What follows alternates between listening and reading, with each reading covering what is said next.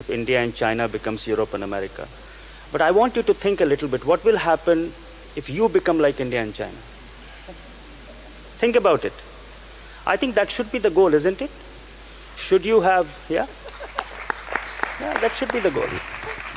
So I think we need to twist the questions, we will get right answers. It is not a proud thing to have such high vehicle ownership. Why should we look up to you? I think it's a very bad practice. So,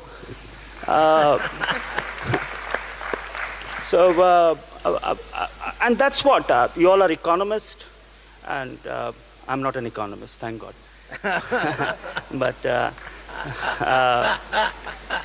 this is something that we need to keep discussing. Electricity, transport sector is the most difficult sector, but it is also a great opportunity. If we can do it, we can do it. But I think the first has to stop the ownership, private ownership. And we are recommending that you invest in public transport.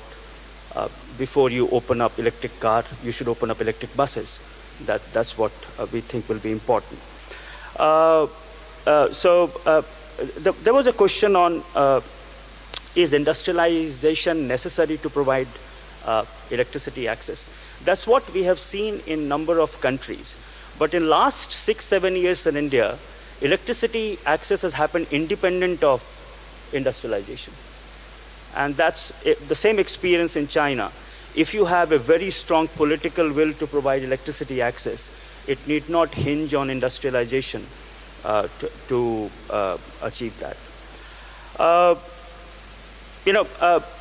I want to make a last point because, again, a much more so quote-unquote philosophical point, but it's important to make here. Everyone discusses fossil fuel consumption in India and China.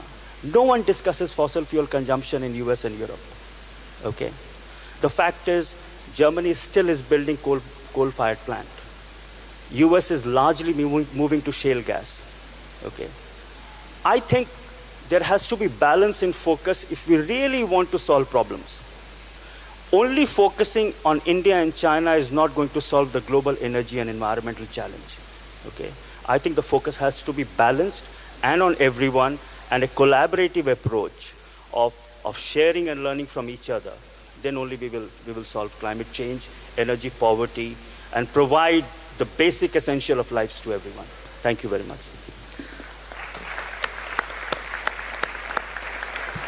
Ladies and gentlemen, I think this session is coming to an end. Unfortunately, we could probably go on for hours on this incredibly wonderful theme and important theme.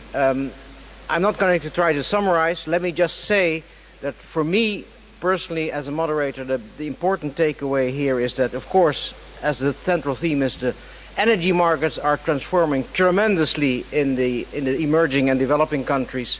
And yes, it is possible that China, India, and others will take a much less energy-intensive path and more decarbonized path than we did in the past, also because the tremendous changes in technology and the relative prices that have changed as a consequence of that.